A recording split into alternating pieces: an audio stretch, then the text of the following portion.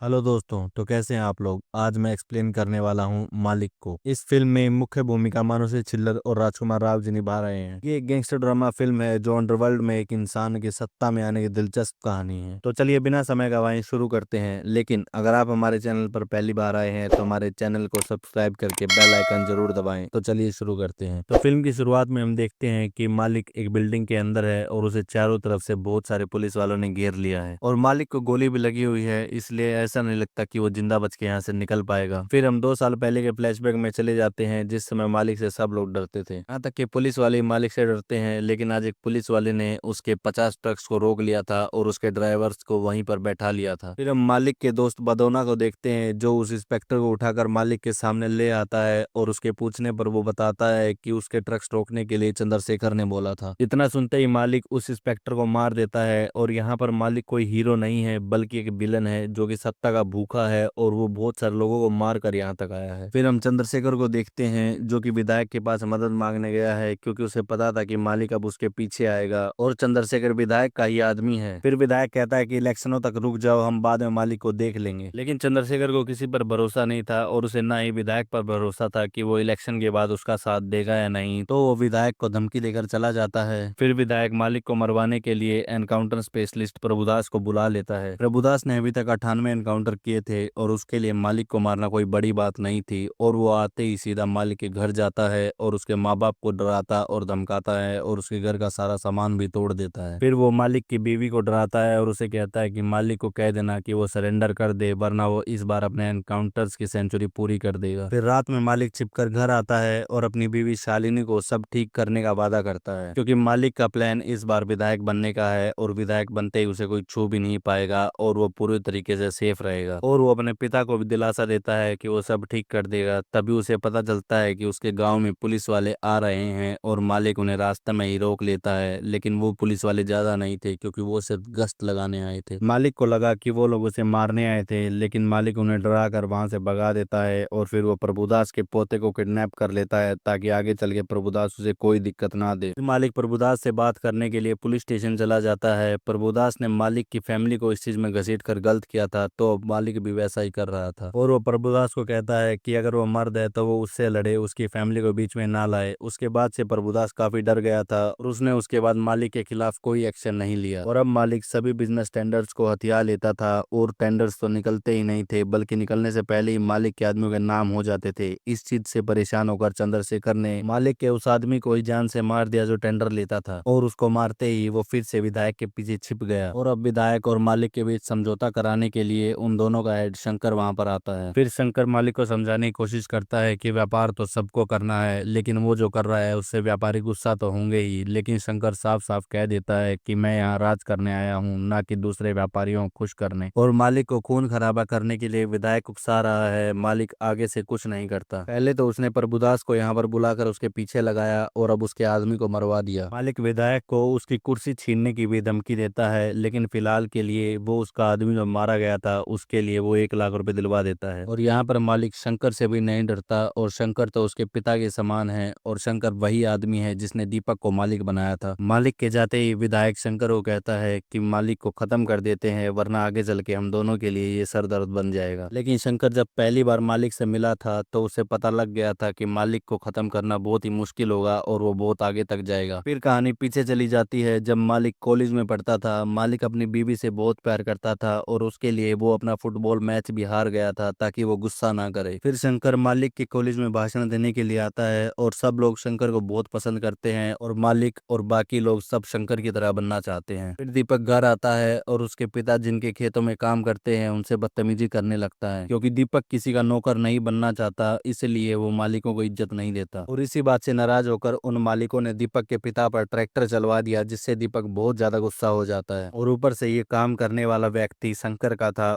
तो वो शंकर के पास जाकर मदद मांगता है। इन शंकर उसको बाहर निकाल देता है और कहता है कि जब तुम अपने पिता के लिए कुछ नहीं कर रहे तो मैं क्यों करूं। दीपक कहता है कि ये उस आदमी को जान से मार देगा और शंकर भी उसको और ज्यादा भड़काता है जैसे कि वो चाहता हो कि ये उस आदमी को जान से मार ही दे। फिर दीपक मेले में जाता है और उस आदमी को बड़ी बेरहमी से जान से मार देता है और उसकी बॉडी को पटाखों से जला देता है और उसी दिन से दीपक मालिक बन गया था और सब लोग उससे डरने लगे थे और मालिक के ऊपर शंकर का भी हाथ हो गया था। और कहानी फिर से प्रेजेंट में आ जाती है, जहां पर न्यूज में आया है कि मालिक इलेक्शन में खड़ा होने वाला है, उसके सामने कौन खड़ा होगा। यह देखते ही विधायक फिर से शंकर के पास मदद मांगने जाता है, लेकिन शंकर इस बार मालिक का साथ देगा क्योंकि उसे विधायक से ज्यादा मालिक में फायदा दिख रहा था। फिर पूर्व विधायक उसे चेतावनी देता है कि वो आगे चलकर शंकर को भी जान से मार सकता है, लेकिन शंकर उसकी एक बात नहीं सुनता। और उधर बदौना को मालिक की फिक्र हो रही है क्योंकि वो इलेक्शन में खड़ा होने वाला है और अब तो इलाहाबाद में बहुत खून बहेगा, लेकिन मालिक को इन सबसे कोई फर्क नहीं पड़ता। वो तो सिर्फ सत्ता का भूखा है। मालिक को ऐसा लगता है कि उसे पावर आसानी से नहीं मिलेगी, बल्कि उसे छीननी पड़ेगी। और उधर पूर्व विधायक और चंद्रशेखर ने मिलकर प्रभुदास को उकसाना शुरू कर दिया था। वो लोग प्रभुदास को कहते हैं कि वो तो मालिक का एनकाउंटर कर ही नहीं सकता, वो तो अब उसे डर गया है। लेकिन प्रभुदास मालिक के ठिकाने का पता लगने का वेट कर रहा था और फिर प्रभुदास को मालिक के ठिकाने का पता लग गया और वो उसके गांव में पूरी पुलिस फोर्स को ले जाता है और उसके आदमियों को मारना शुरू कर देता है। इलेक्शनों के चलते मालिक कोई गलती नहीं करता और वो वहां से बचकर भाग जाता है। मालिक अपने घर जाकर छिप जाता है क्योंकि उसे पता था कि प्रभुदास यहाँ पर दोबारा आने की गलती नहीं करेगा। बदौना मालिक के सभी दुश्मनों को जान से मारने की बात कर रहा है, लेकिन मालिक इलेक्शन खत्म होने तक कुछ नहीं कर सकता। चंद्रशेखर मालिक के डर कर छिप जाने का पूरा फायदा उठाता है और बहुत सारे टेंडर्स हथिया लेता है और उसके ट्रक वाले काम को भी छीन लेता है और उन पर अपने ड्राइवरों को छोड़ दिया। मालिक को अब चंद्रशेखर की इस हरकत को देखकर बाहर आना ही था क्योंकि उसे अपने आदमियों को भी बचाना था और अपना डर भी दोबारा कायम करना था। और मालिक ने अपना ट्रक का बिजनेस वापस पाने के लिए चंद्रशेखर के बहुत सारे आदमियों को जान से मार दिया था। इलेक्शनों के पास इतना खून खराबा देखकर शंकर फिर से पूर्व विधायक और मालिक को समझौता करने के लिए बुला लेता है और कहता है कि इन दोनों को समझौता करना ही पड़ेगा, पूरे इलाहाबाद में इतना खून खराबा अच्छा नहीं है। लेकिन मालिक कहता है कि उसे पूरी पावर चाहिए, वो अब किसी के साथ भी समझौता नहीं करना चाहता, वो अकेले इलेक्शन लड़ेगा और जीतेगा, फिर चाहे शंकर उसका साथ दे या नहीं। मालिक शंकर को इसके बीच आने के लिए मना कर देता है। अब शंकर को यकीन हो गया था कि उसका मालिक पर अब कोई कंट्रोल नहीं रहा और अब मालिक को खत्म करना ही पड़ेगा। फिर शंकर, प्रभुदास, पूर्व विधायक और चंद्रशेखर एक हो जाते हैं। प्रभुदास ने पूरी पुलिस फोर्स को लेकर मालिक के बाहर आने के सारे रास्ते बंद कर दिए और उसके एक एक आदमी को ढूंढ ढूंढ कर मारने लगा। वो मालिक के आदमियों के पूरे परिवार को मार रहा था, अब चाहे उसमें बच्चा हो या बूढ़ा हो या औरत, और सभी गांव वालों को भी डरा धमका रहा था कि वो मालिक की मदद ना करें। और अब बदौना और मालिक समझ गए थे कि प्रभुदास के पीछे सिर्फ पूर्व विधायक नहीं है, अब शंकर भी उनकी मदद कर रहा है क्योंकि शंकर की मदद के बिना पुलिस इनके पीछे इतना नहीं पड़ती। तो अब मालिक प्रभुदास, चंद्रशेखर या पूर्व विधायक को नहीं बल्कि सीधा शंकर को मारने के लिए चला जाता है। मालिक और उसके आदमियों ने शंकर के घर पर बहुत सारी गोलियां चलाई ताकि कोई भी उसके खिलाफ जाने से पहले 2 बार सोचे, और फिर मालिक अपने ही हाथों से शंकर को जान से मार देता है। उसके बाद शालिनी मालिक से मिलने आती है और वो मालिक को कुछ दिनों के लिए वहां से दूर जाने के लिए कहती है और जब सब शांत हो जाए तब वो वापस आ जाए, लेकिन मालिक जाने से मना कर देता है। और फिर उसे पता चलता है कि उसकी बीवी प्रेग्नेंट है और वो पिता बनने वाला है। तब अपने बच्चे के लिए मालिक कुछ दिनों के लिए दूर जाने के लिए तैयार हो जाता है और फिर शालिनी मालिक के अच्छे मूड को देखते हुए अपने बच्चे के भविष्य के बारे में बात करती है और कहती है कि मैं नहीं चाहती कि आगे चलकर अपने बच्चे को कोई क्रिमिनल का बच्चा बुलाए और मैं कोई लाल बत्ती वाली गाड़ी में नहीं घूमना चाहती। शालिनी को नॉर्मल लाइफ जीनी है जहाँ पर किसी से छिप कर ना रहना पड़े, बल्कि वो लोग साथ रहें, क्योंकि अब तक तो वो लोग अकेले ही रहते आए थे। मालिक अब क्राइम की दुनिया में बहुत आगे आ चुका है जहाँ से वो वापस नहीं मुड़ सकता, लेकिन अपने बीवी और बच्चे के लिए वो सरेंडर करने के लिए तैयार हो जाता है। शालिनी घर जाने लगती है और मालिक कोर्ट में सरेंडर करने के लिए जाने लगता है। तभी उसे रास्ते में पता चलता है कि उसके दुश्मनों ने शालिनी को जान से मार दिया है। उसके दुश्मनों ने शालिनी की गाड़ी पर पहले तो बहुत सारी गोलियां चलाई और बाद में उस गाड़ी में आग लगा दी। इस काम के लिए बिहार से गुंडों को बुलाया गया था और मालिक को उसके बीवी की बॉडी तक नहीं मिली। फिर मालिक उन गुंडों को ढूंढकर बहुत मारता है और सभी को एक साथ रस्सी से फांसी पर लटका देता है। मालिक के अंदर बहुत ज्यादा गुस्सा भरा हुआ था और वो अब सबको बेरहमी से मारने वाला था। और उधर हम देखते हैं कि प्रभुदास पूर्व विधायक के पास जाकर बताता है कि उसी ने शालिनी को मरवाया है क्योंकि उसे लगा उस गाड़ी में मालिक होगा, लेकिन गाड़ी में शालिनी थी और अब मालिक इन दोनों को मारने के लिए किसी भी समय आता ही होगा। तो फिर खुद की जान बचाने के लिए पूर्व विधायक इसका इल्जाम चंद्रशेखर पर डलवा देता है ताकि मालिक चंद्रशेखर को मार कर शांत हो जाए। और फिर वो मालिक से पैर पकड़कर माफी मांगने के लिए उसके पास जाता है क्योंकि उसे लगता है क्या पता ऐसा करने से मालिक उसकी जान बख्श दे। फिर जब मालिक को पता लगता है कि चंद्रशेखर ने शालिनी को मारा है तो वो उसको बड़ी बेरहमी से मार देता है। फिर पूर्व विधायक मालिक के पास जाता है और कहता है कि उसका शालिनी को मारने में कोई हाथ नहीं है और वो उससे माफी भी मांगने लगता है। तभी पुलिस आकर उस गांव को चारों तरफ से घेर लेती है और यहाँ ऐसा लगता है कि पूर्व विधायक मालिक का ठिकाना ही देखने आया था। फिर बदौना उस पूर्व विधायक को जान से मार देता है और यहाँ पर हम देखते हैं कि मालिक बुरी तरीके से फंस गया है, क्योंकि उसके पास उतने आदमी नहीं थे जितनी पुलिस फोर्स ने उस गांव को घेर रखा था। एक एक करके मालिक के सभी आदमी मारे गए थे और बदोना और 2 आदमी बचे थे और इनकी भी गोलियां खत्म होने वाली थी। तभी बदोना उन 2 आदमियों को भी मार देता है और तब हमें पता चलता है कि बदोना ही इस कहानी का मुख्य विलन है, क्योंकि उसे विधायक बनना है और उसे मालिक जैसी पावर चाहिए। और उसी ने शालिनी को जान से मरवाया था ताकि वो मालिक को सरेंडर करने से रोक सके, और उसी ने पूर्व विधायक को भी जान से मारा और अब वो प्रभुदास के साथ मिलकर मालिक को मारने वाला है। और फिर बदोना और मालिक के बीच लड़ाई होती है और बदोना धोखे से मालिक को 2 गोलियां मार देता है और फिर बदोना उस जगह से बाहर आ गया। लेकिन अब भी किसी भी पुलिस वाले की हिम्मत नहीं हो रही थी कि वो अंदर जाकर ये चेक कर सके कि मालिक मर गया है या जिंदा है। फिर उन लोगों ने रात होने का इंतजार किया और फिर उस बिल्डिंग पर बहुत सारी गोलियां चलाकर उसमें आग ही लगा दी। मालिक अब अंदर अकेला था और ना ही उसके पास ज्यादा गोलियां थी और ना ही बाहर निकलने का रास्ता था। सभी को लगा कि मालिक उसी बिल्डिंग में मारा गया और फिर कुछ समय बाद हम देखते हैं कि प्रभुदास को उसके एनकाउंटर के लिए मेडल मिला और बदोना विधायक बन गया। फिर 1 साल बाद मालिक अपना बदला लेने के लिए वापस आ जाता है, जिससे पूरी पुलिस फोर्स भी डरती थी। और फिर फिल्म इसी राज के साथ खत्म हो जाती है कि मालिक ने आगे चलकर क्या किया। आपको इस फिल्म का एक्सप्लेनेशन कैसा लगा मुझे कमेंट करके बताएं, और वीडियो अच्छी लगी हो तो इसे लाइक करें और हमारे चैनल को सब्सक्राइब करके बेल आइकन जरूर दबाएं। धन्यवाद।